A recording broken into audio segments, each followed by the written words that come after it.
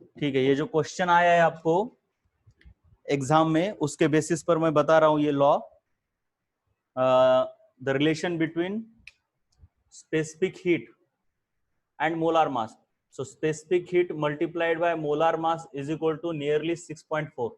So molar mass is 6.4 divided by C and this should be in calorie per gram. तो अगर इस question में डालते हैं हम, जहां पे क्या दिया है 32, सेकंड क्वेश्चन ना, अ मेटल यम, मतलब सिर्फ ये मेटल्स के लिए यानी एटम्स के लिए अप्लाई होता है ये। तो स्पेसिफिक हीट 0.16 दी है, एक्चुअली यहाँ पे ना इसमें ये भी गलती है बेटा। क्या गलती है? ये तो यहाँ पे यूनिट देना चाहिए कि स्पेसिफिक हीट का यूनिट कैलोरी पर ग्राम है या क्या है, इसलिए ये गलत है। जूल पर ग्राम है या कैलोरी है ये तो दिया नहीं। फिर भी हम देख लेते हैं।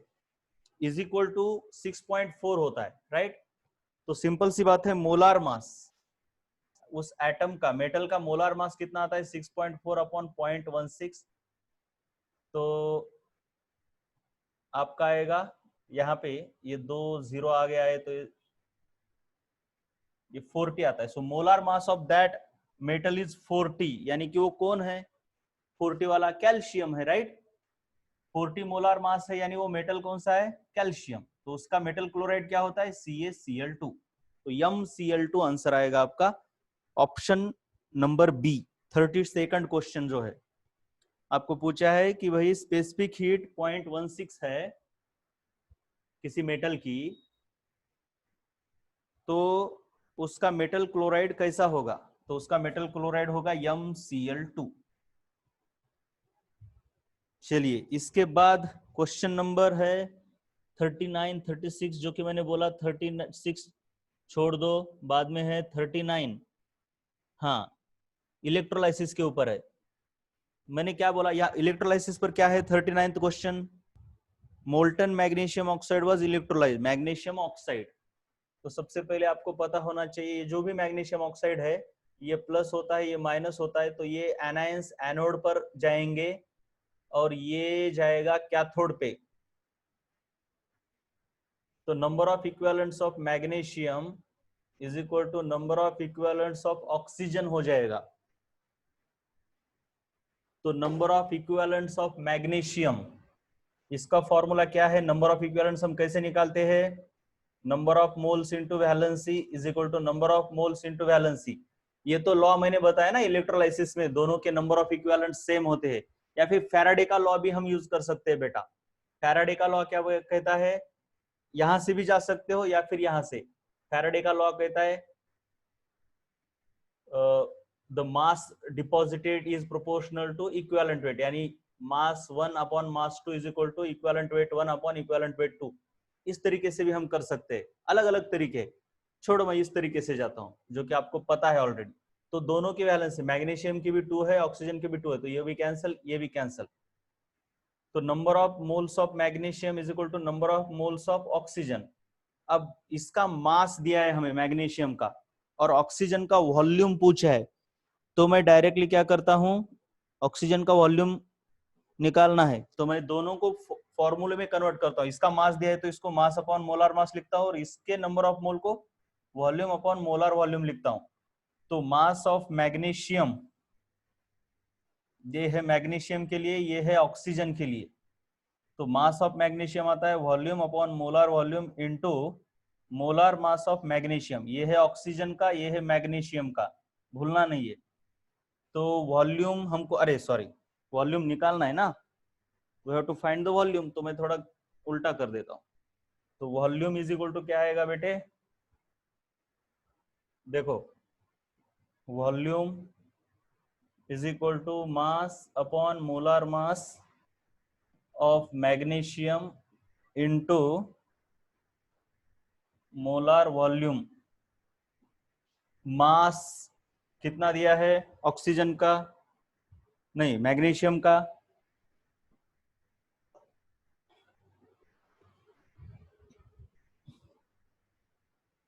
- 150 मिलीग्राम ऑफ मैग्नीशियम। तो 150 मिलीग्राम को हम अगर ग्राम में करते हैं तो 0.15 ग्राम। मोलार मास है मैग्नीशियम का 24 multiplied by 22.4 molar volume at STP. तो नियरली कितना आता है? ये नियरली 1 हो जाता है या फिर कुछ 0.9 हो जाएगा। मैं रफ निकाल रहा हूं, ज्यादा टेंशन मत लो। सो 15 9 जा, तो ये आपका आएगा कुछ 14 आएगा, 0.14 नियरली मैं बोल रहा हूं, नियरली। सो सीएम क्यूब में पूछा है, ये तो आपका डीएम क्यूब में है। तो सीएम क्यूब में करने के लिए इसको 10⁻³ से मल्टीप्लाई करो, यानी 140 सीएम क्यूब आएगा नियरली। तो आंसर 140 ये ऑप्शन है 39 का। चलो ये समझ में आया क्या? 64 अपॉन पॉइंट, अरे 64 नहीं है ना बेटा, ये 64 कहाँ है? ये 6.4 है ना, 6.4 अपॉन 0.16 ऐसा है।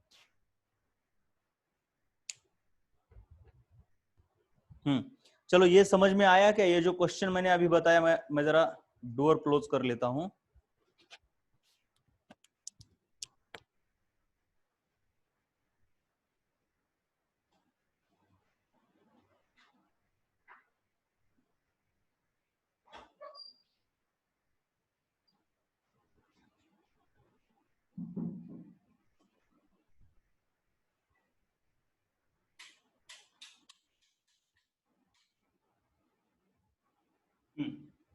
चलिए, अरे समझ में आया क्या?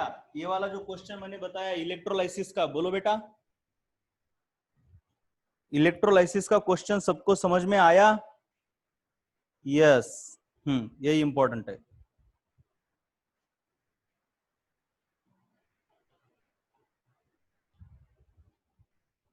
तो आगे चलते हैं अभी। अब और एक, आप लोगों को अभी मंथली फीस जो है वो डिपॉजिट करनी होगी। मंथली फीस जो मैंने व्हाट्सएप पे जो डाला है आपको, और जिनको कंटिन्यू करना है वही करे डिपॉजिट। और लॉकडाउन तो पता नहीं, अब मैं जैसे बोल रहा था कि बढ़ ही सकता है, क्योंकि वो उसका पता ही नहीं है वो क्या करेगा। ठीक है, इसको लिख लो आप। तो लॉकडाउन तो बढ़ ही सकता है, ऐसा ही मुझे लग रहा है। सो आप एक मंथ की फीस जो मैंने व्हाट्सएप पे डाला है, जितनी भी डाली है वैसे आप डिपॉजिट कर सकते हो, या फिर कोई अलग तरीका। और किसी को अगर एनर्जी कम हो रही है, घर पे बैठे बैठे काम नहीं हो रहा, पढ़ाई नहीं हो रही, तो हफ्ते में एक बार हमसे मिलने आ सकते हो आप। क्या करो आप, जब एग्जाम रहती है संडे, तो एग्जाम देने के लिए इधर आ सकते हो। यहाँ पे हम सैनिटाइज करके दूर दूर बैठ सकते हैं, 4-5 लोग, ज्यादा नहीं, लेकिन उससे ज्यादा नहीं। जिनको भी आना है वो कांटेक्ट करके आ सकते। ट्रैक के ऊपर रहना है उनको, ऐसा लग रहा है कि ट्रैक मिस हो रहा है, क्या करना है पता नहीं, तो उसका टेंशन मत लो, एक बार बस मिला करो, पूरा ट्रैक क्लियर हो जाएगा, कोई टेंशन नहीं। और बायोलॉजी को आप सिंपली क्या करो, अभी तो यूट्यूब से स्टार्ट करो। यूट्यूब मैंने बोला है, वो आपको अगर विपिन शर्मा के समझ में नहीं आ रहे तो अन अकेडमी के वीडियो देख सकते हो। अन अकेडमी, ये पता होना चाहिए आपको चैनल, इसके ऊपर भी रहते हैं वीडियोस।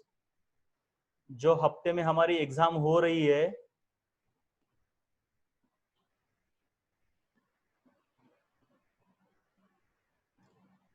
वो एनसीईआरटी के एक एक चैप्टर के ऊपर हो रही है, एक के बाद एक, एक के बाद एक। तो वो कहां से करने हैं? इस अन अकेडमी चैनल से कर सकते हो, या फिर विपिन शर्मा का एक चैनल है, उससे, जो भी आपको समझ में आए उनसे करो आप। अभी तो मुंडे सर भी ले सकते हैं, लेकिन अभी क्योंकि उनको लग रहा था, हमारे इधर मुंडे सर भी लेते हैं बायोलॉजी, लेकिन उनको लग रहा था कि शायद ये लॉकडाउन खत्म हो जाएगा, लेकिन अब लॉकडाउन तो बड़ा है। तो मैं उनको पूछ रहा हूँ कि क्या आप लोगे, मतलब पता नहीं वो क्या करेंगे, ले भी सकते हैं, लेकिन कोई जरूरत नहीं है। बायो बहुत ही आसान सा सब्जेक्ट है, यहाँ से आसानी से हो जाएगा, बस आप हफ्ते के हफ्ते एग्जाम दिया करो, बाकी कुछ नहीं है। या फिर विपिन शर्मा से भी नहीं होता तो फिर बायो मेंटर्स बायोलॉजी बोल के है, ये भी चैनल है यूट्यूब के ऊपर। चैप्टर का नाम डालना है और उसके आगे चैनल का नाम डालना है, जैसे कि living world an academy, living world Vipin Sharma, उसके बाद living world bio mentors classes, ऐसे डाला करो। सबको यूट्यूब का चैनल यूज करना आता है ना किस तरीके से? किसी को नहीं आता तो नो बोल के लिखो, और आता है तो यस बोल के लिखो, जरा मुझे समझ में तो आए कि यूट्यूब के ऊपर क्या कर सकते हैं हम।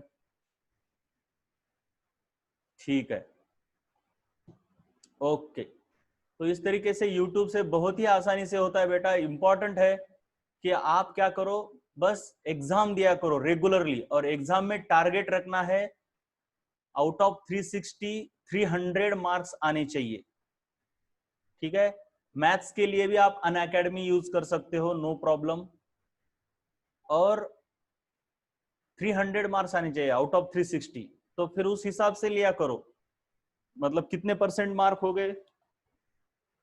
360 में से 300 मार्क्स अगर टारगेट आपका रहता है तो ये कैंसिल हो गया, या फिर ये कैंसिल कर दो, तो आपका आएगा नियरली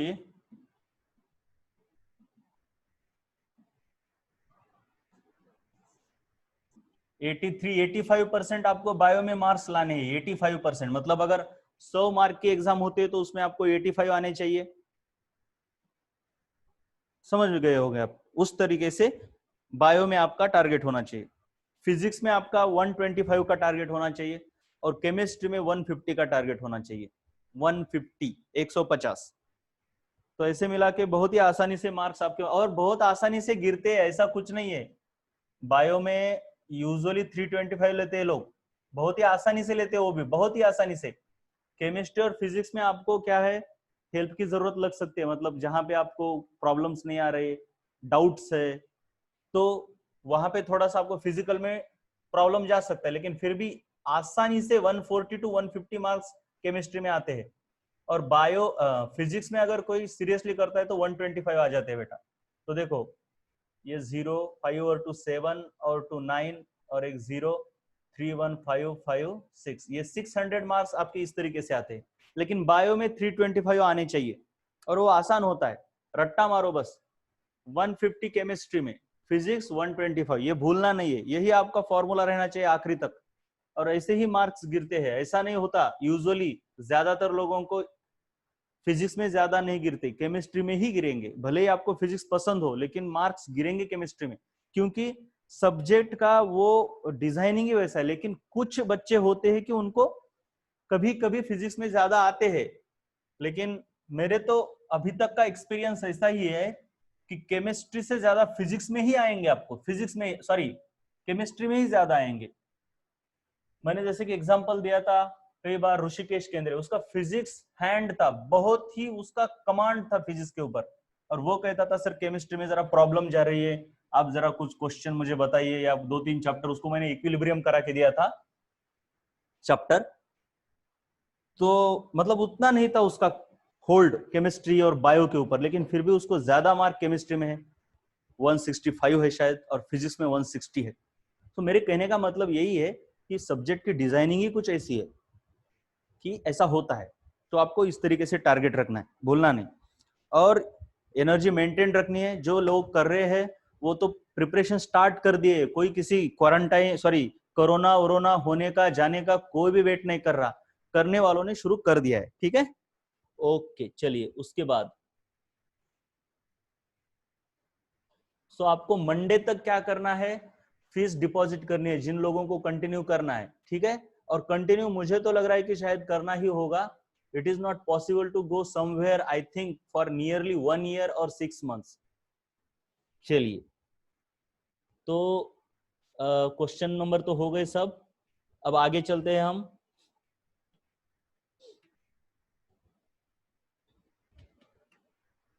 चलिए, मास मास रिलेशनशिप हो गई थी हमारी कल।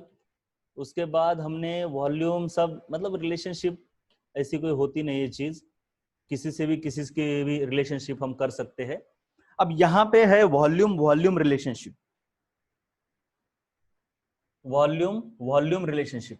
ये भी कुछ नहीं है, बहुत आसान है। अगर आपको क्वेश्चन पूछा जाए कि ऐसे है, मीथेन का कंबशन हो रहा है और उसका इस तरीके से रिएक्शन आएगी उसकी 2H2O।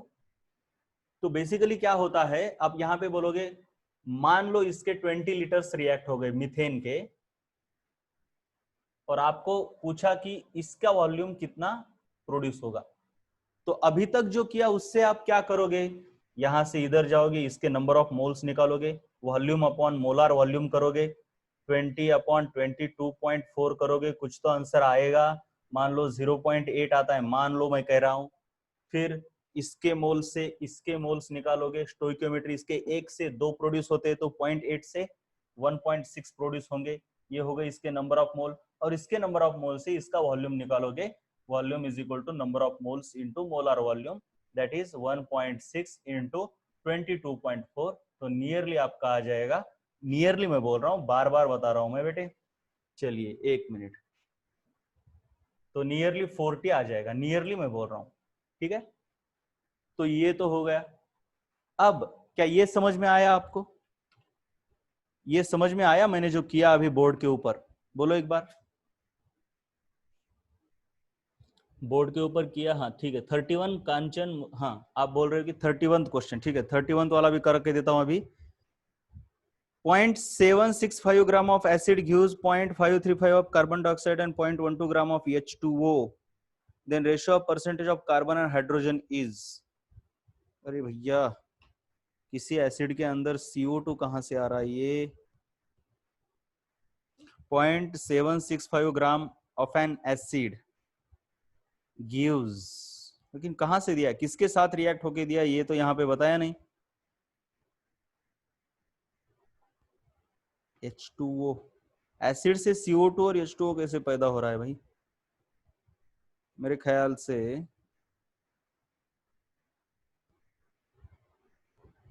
ठीक है, जो भी है पता नहीं, कोई तो एसिड होगा।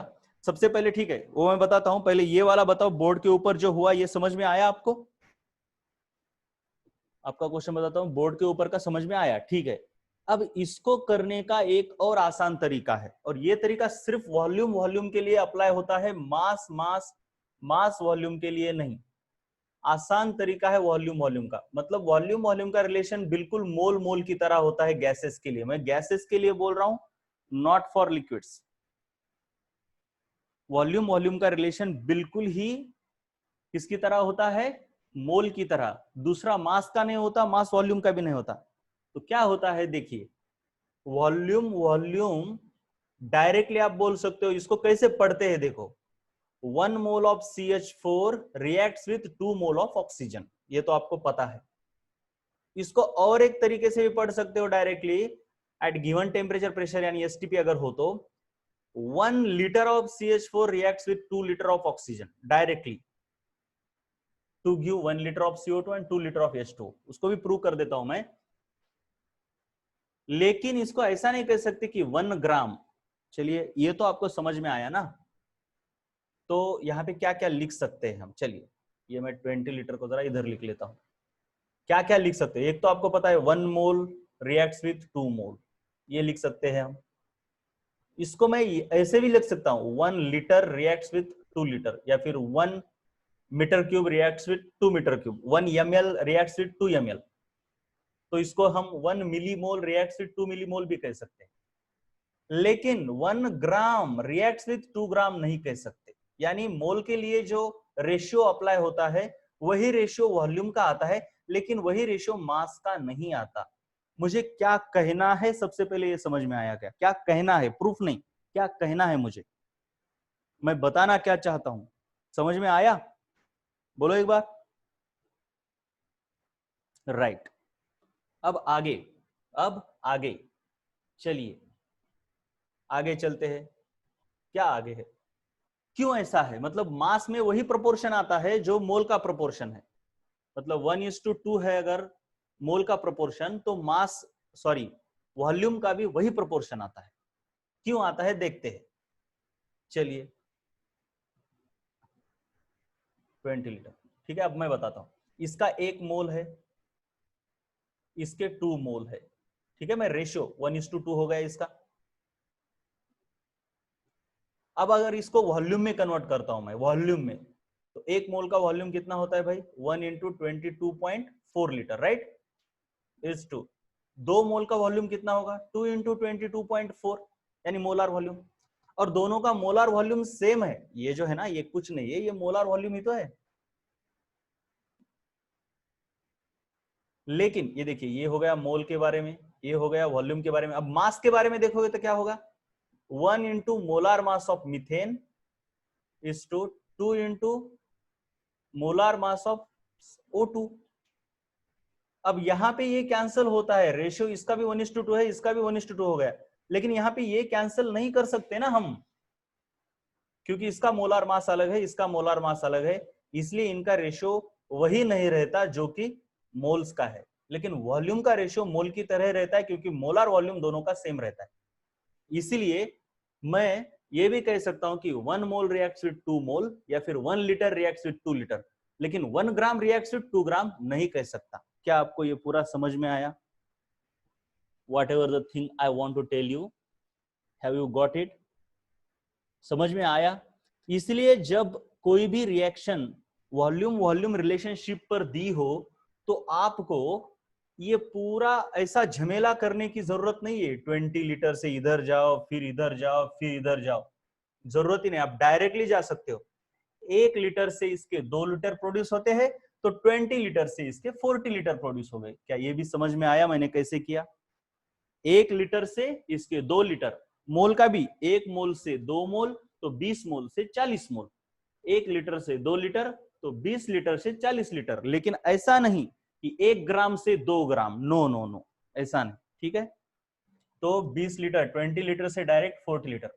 तो मैं अगर आपको और एक क्वेश्चन पूछता हूं इसके ऊपर, ये सब करने की जरूरत नहीं, इधर से इधर आओ, इधर जाओ, इधर जाओ, लेकिन ये सिर्फ वॉल्यूम वॉल्यूम के लिए अप्लाई होगा। दूसरे के लिए ऐसे नहीं कर सकते। मैं बार बार बोल रहा हूं, दूसरों के लिए यहां से इधर जाना पड़ेगा, मोल मोल से मोल, फिर इधर जाना पड़ेगा। अब मैं बता रहा हूं, क्या बता रहा हूं, चलिए। अगर इसके 50 लीटर कंज्यूम होते हैं, तो CO2 कितना लीटर फॉर्म होगा बोलो? 50 लीटर से CO2 कितना लीटर फॉर्म होगा? और बहुत ही क्विक आना चाहिए। इसके लिए ना ज्यादा देर नहीं लगनी चाहिए आपको, मोल निकालने की जरूरत नहीं, मैंने कल ही बोला आपको, अभी बोला आपको। ठीक है, राइट, बहुत अच्छे कांचन, बहुत ही अच्छे, बहुत ही अच्छे निखिल, बहुत सही बेटा। तो क्या हुआ पता है आपको? यहाँ पे इसके 50 लीटर, यानी इसके 2 लीटर से इसका 1 लीटर प्रोड्यूस होता है, मतलब हाफ हो रहा है। तो 50 लीटर से आपको 25 लीटर। इसके लिए आपको ये करने की जरूरत नहीं पड़ी, पहले वॉल्यूम को मोल में करो, फिर मोल को इसके मोल में करो, और फिर इसको इधर। ऐसा भी करोगे तो कोई फर्क नहीं पड़ता। देखो वो भी करके दिखाता हूं। वॉल्यूम को मोल में करना है, तो वॉल्यूम अपॉन मोलार वॉल्यूम, बस इतना ही करता हूं। अब इसके 2 से 1, तो इतने से हाफ हो जाएगा ये, मतलब इसके मोल जितने उसके हाफ इधर है। इसके मोल कितने हैं? इसके 50 अपॉन V, इसका हाफ यानी ये। अब इसका वॉल्यूम निकालना है इधर, इसका वॉल्यूम निकालना है, तो वॉल्यूम क्या होता है भैया? Volume is equal to number of mole into molar volume. लेकिन नंबर ऑफ मोल तो ये है, यानी कि 50 अपॉन 2 Vm, और मोलार वॉल्यूम तो आपका क्या है? Vm। तो ये कैंसिल हो गया, फिर आंसर आपका 25 ही आ गया, राइट। ये मोलार वॉल्यूम सबका सेम होता है, इसलिए ये इतना आसान होता है वॉल्यूम वॉल्यूम रिलेशनशिप के ऊपर के क्वेश्चंस।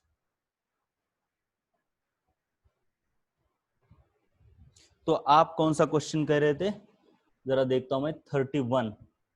चलिए, कोई एसिड है, उससे CO2, ठीक है। अब कोई तो एसिड है, यानी कि एक्चुअली ऐसा होगा, ये कोई तो कार्बोनिक एसिड होगा, जिसको डिकम्पोज करने पर H2O और CO2 फॉर्म होता है। कुछ भी हो, पता नहीं, इसका फॉर्मूला पता भी नहीं, तो कोई फर्क नहीं पड़ता, कोई फर्क नहीं पड़ने वाला। कोई तो एसिड है, इससे क्या पूछा गया है? 0.765। अब मैं कुछ नहीं जानता, इसके अंदर कार्बन है और हाइड्रोजन है, इस एसिड के अंदर। इसका 0.765 ग्राम gives 0.535 of CO2 और 0.12 ग्राम ऑफ H2O। तो एक क्वेश्चन दिया है आपको, एक एसिड है, जिस एसिड से वाटर और CO2 प्रोड्यूस हो रहा है, CO2 इतने ग्राम प्रोड्यूस हो रहा है, H2O इतने ग्राम प्रोड्यूस हो रहा है फ्रॉम 0.76 ग्राम ऑफ एसिड। तो हमको पूछा गया है कि what is the ratio of percentage of carbon and hydrogen. तो इसमें कार्बन और हाइड्रोजन का रेशियो या फिर परसेंटेज निकालो।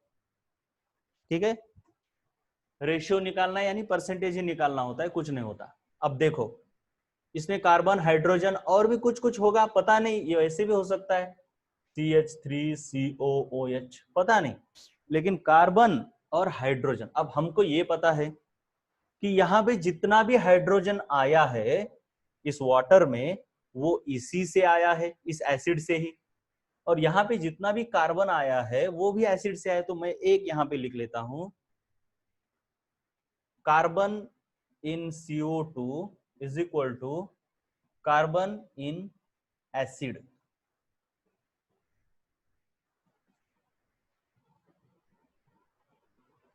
क्योंकि रिएक्शन में कुछ बोला नहीं गया है, तो जो भी यहाँ पे आया है law of conservation of atoms, यानी आप जो बोलते हो atomic principle of atomic conservation, जो भी है law of conservation of atom, ऐसा भी बोल सकते हो।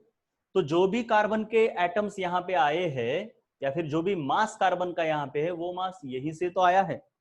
और परसेंटेज पूछा है और मोल का पूछा है या मास का पूछा है, ये तो दिया नहीं, तो हम मास का ही समझते। So mass of carbon in acid is equal to mass of carbon in mass of, ये भी है मास। पहले ये समझ में आया क्या, ये प्रिंसिपल बोलो एक बार। मास ऑफ कार्बन, CO2 में जितना भी मास है वो पूरा का पूरा मास कार्बन का वो इसी से आया है। बोलो जरा एक बार, ठीक है। हाँ, तो अब देखो बेटे, अब देखो mass of carbon in acid हमको निकालना है, is equal to mass of carbon in CO2।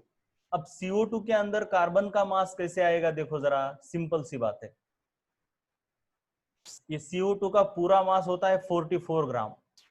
CO2 के पूरे 44 ग्राम में कार्बन का मास कितना है, 12 ग्राम। तो CO2 के 0.535 ग्राम में कार्बन का मास कितना है, ये ऐसा क्रॉस मल्टीप्लिकेशन हम करेंगे इस तरीके से, राइट। एग्जाम में ये जो क्वेश्चन आया वो मैं आपको बता रहा हूं। तो देखो x is equal to 12 into 0.535 divided by 44। So ये कितना आता है, चलिए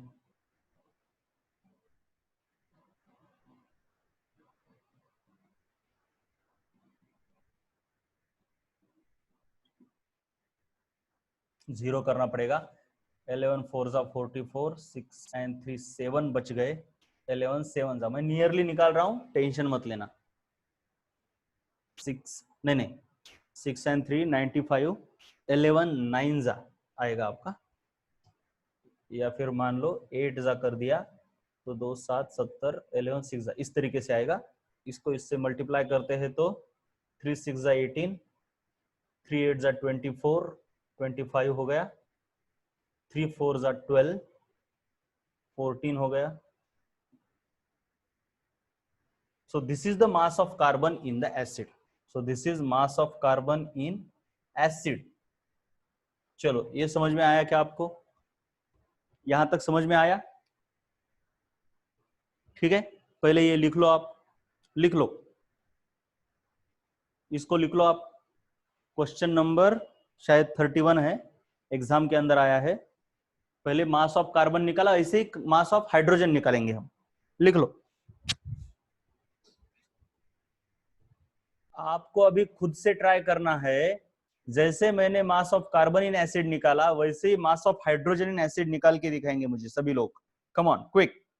तो अगर इसी हिसाब से करोगे तो सिर्फ आपको क्या करना होगा, इधर वाटर और इधर हाइड्रोजन।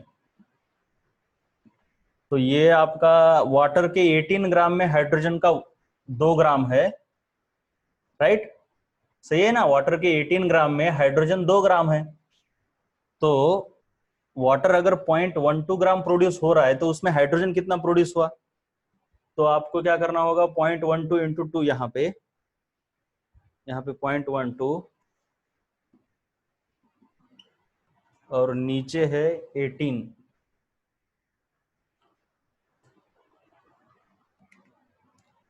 सो ये हो गया आपका 9 और 0.1 हो गया 0.12, हाँ 9, 3 बजे 0. हाँ कितना, 3 बचे थे 30, हाँ 0.013, बहुत सही बेटे। तो इसका आया था कार्बन का मास 0.14 और इसका आ रहा है 0.013, सो नियरली आपका आ रहा है 10:1, रेशियो जो आ रहा है आपका 10:1 आता है, right. Mass of hydrogen in water is 2, वही तो लिया हमने, राइट। तो रेशियो आपका आता है 10:2 बेटा, राइट। जरा बोलो एक बार यस और नो। रेशियो आपका 10:1 आ रहा है। समझ में आया क्या रेशियो किस तरीके से निकाला मैंने फाइनली? तो यहां पे आंसर में 10:2 तो कहीं पे दिख नहीं रहा मुझे, नहीं 10:1 तो है ना। कौन सा आंसर होगा बोलो जरा एक बार। नियरली, मैंने बोला ना नियरली लिखना, हमने ऐसे भी नियरली ही निकाला है, राइट। तो ये आपका 10:1 के आसपास कौन सा रेशियो है बोलो, ऑप्शन में बोलो। यस, ऑप्शन ए है। ऑप्शन ए में एक्चुअली रेशियो क्या है, 19:2। एक्चुअली हमारा 19:2 ही आता है, लेकिन मैंने रफ निकाला, तो इस 19 को मैंने 20 कर दिया रफली और 10:1 निकाला। ठीक है, इस तरीके से ये क्वेश्चन आपका हो गया। अब आप क्या करो, इसको लिख लो, किसको लिख लो, ये आपको मैं व्हाट्सएप पे डाल देता हूं, आप लिख लो, लेकिन अभी लिखना है बेटे, बाद में नहीं। व्हाट्सएप पे मैं आपको भेज रहा हूं जो भी मैंने अभी पढ़ाया, ठीक है। बस आज वॉल्यूम वॉल्यूम रिलेशनशिप हुआ है हमारा, उतना ही पेज डाल रहा हूं मैं। तो नहीं, यहीं पे दिखा देता हूं, आप स्क्रीनशॉट ले लो, स्क्रीनशॉट ले लो सभी।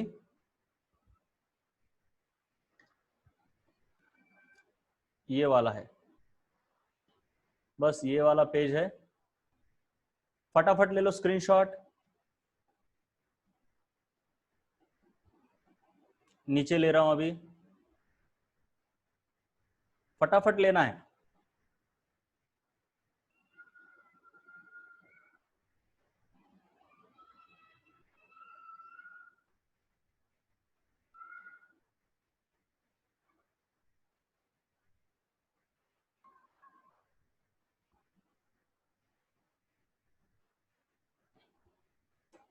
और जिसको नहीं स्क्रीन क्लियर है उनके लिए मैं व्हाट्सएप पे भेज भी देता हूं। चलिए ठीक है, बाय बाय, लेकिन इसको अभी लिखना है बेटा,